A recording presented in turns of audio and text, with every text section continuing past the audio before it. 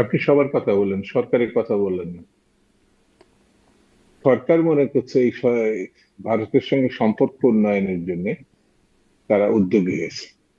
আমি ব্যক্তিগতভাবে মনে করি ভারত বিরোধিতা এই দেশের মানুষ নিজেরা করেনি। ভারতের নানান ভূমিকাগত কারণে, যেমন গত 15 বছর ধরে, যেমন তৎকালীন দখলদার প্রধানমন্ত্রী বলেছে আমি এমন কিছু দিয়েছি। ভারতের পক্ষ থেকে এমন কোনো বক্তব্য আসেনি এই যে আমরা এমন কিছু বাংলাদেশকে দিয়েছি যে বন্ধুত্ব ভাঙতেই পারেন। অর্থাৎ আমরা শুধু দিয়েছি, তারা নিয়েছে। তো ভারত বিদ্বেষী, ভারতের বিরোধিতা, এটা আমার মনে হয়েছে যে বাংলাদেশে না, ভারতই পর্যায়ক্রমে এই পরিস্থিতি তৈরি করেছে। আর এই দেশে কিছু রাজনীতিবিদ বা ভূমিকা বা মানুষজন আছে যারা তাদের সামর্থ্যের মধ্যে মনে করে ভারত বিরোধিতা এখানকার মানুষ একসময় আহ, মানে 47 এর আগে, অর্থাৎ হিন্দু মুসলিমদের যে সম্পর্কের কারণে তো পাকিস্তান, তো পাকিস্তানের পরে বাংলাদেশ, তো নানান কারণে এক ধরনের ধার্মিক একটা ঘটনা। আর এটা তো আপনি অস্বীকার হুম। করা যাবে না যে এই গণঅভ্যুত্থানে অন্যান্য কি উত্থান ঘটেছে জানি না, সাম্প্রদায়িকতার একটা উত্থান ঘটেছে। এটা বদরুদ্দীন অমসারী বলেছেন, পরে আমার কাছে মনে হচ্ছে বিভিন্ন ক্ষেত্রে এই ছাপ আছে। সেই জন্য যে ভারত বিরোধিতার, হ্যাঁ অবশ্যই অনেক যৌক্তিক কারণ আছে। যেমন সমস্ত বন্দরের সুবিধা তারা বিনা পয়সায় নিয়েছে হুম। শেখ হাসিনার সময়। এখন সমস্ত বন্দর তারা নিয়ন্ত্রিত অবস্থা। এই সবগুলোর দিকে একটা একটা করে যদি বিষয়গুলো দেখেন, তাহলে কিন্তু এটা ভালো কিছু আহ, আপনার নজরে পড়বে না। যৌক্তিক অযৌক্তিক সেটা পরে কথা। যেমন এনসিপি তরুণ নেতা একজন বলেছে যে এই যে সেভেন সিস্টার সম্বন্ধে, হুম। যে শেখ এই অবস্থায় থেকে এই কথাটা কতটা যৌক্তিক হয়তো আমার কাছে মনে হয়েছে সে ভাবেও না।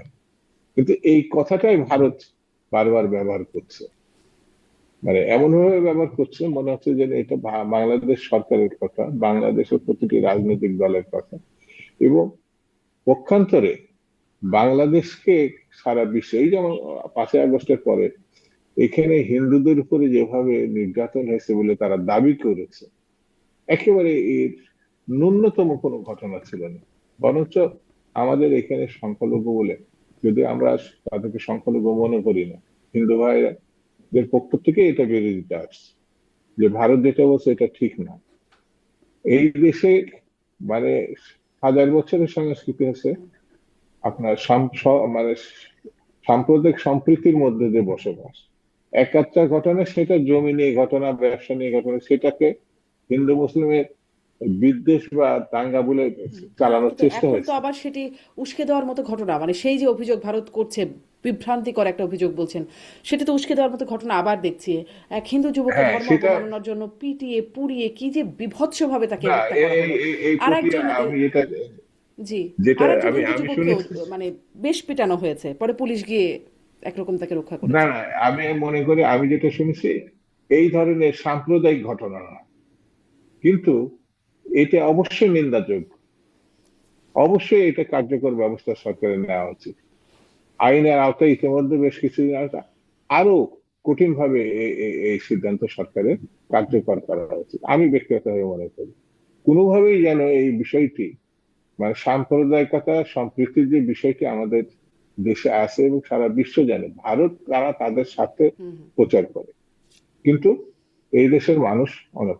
আর ভারতের অযৌক্তিক, মন গড়া এবং বলা যায় বিদ্বেষপূর্ণ ঘটনার কারণে এই দেশের মানুষ ভারত বিরোধী। এবং এটা এই দেশের মানুষের জন্য না, তারা এই পরিস্থিতির জন্য জন্য দায়ী দায়ী, বলে জি। আমি জনাব মনে করি। শামসুজ্জামান দুদু, মানে এই পরিস্থিতির জন্য ভারতই দায়ী। আমি আপনার এই বক্তব্যটা স্পষ্ট। ডাক্তার জাহিদুর রহমান, আপনার কাছ থেকে শেষ করব। এই যে ভারত বিরোধী মানে যুদ্ধাঙ্গী যে একটা পরিস্থিতি তৈরি হচ্ছে, যুদ্ধ, আমরা যুদ্ধ পরিস্থিতির মধ্যেই আছি বলে বলা হচ্ছে। আপনি এই পরিস্থিতিকে কিভাবে বিশ্লেষণ করবেন? এটি কি, মানে এটি আসলে আমাদের জন্য বিষয়টা কেমন এটা একটু আপনার কাছ থেকে জানতে চাই, এবং সাথে সাথে সাম্প্রদায়িকতারও যে প্রসঙ্গটা আসছিল, দুটি ঘটনা, একটা একটা তো খুবই বিভৎস, এমনকি ফেসবুকে তার ভিডিও দেখা যাচ্ছে, মানে সেটা দেখলে মানুষ মনে হয় না মানে কোনো রকম স্বস্তি পাবে ভেতরে, এরকম বিষয়গুলো যে ঘটছে, এটারও একটা পরিণতি আমাদেরকে ভোগ করতে হবে কিনা।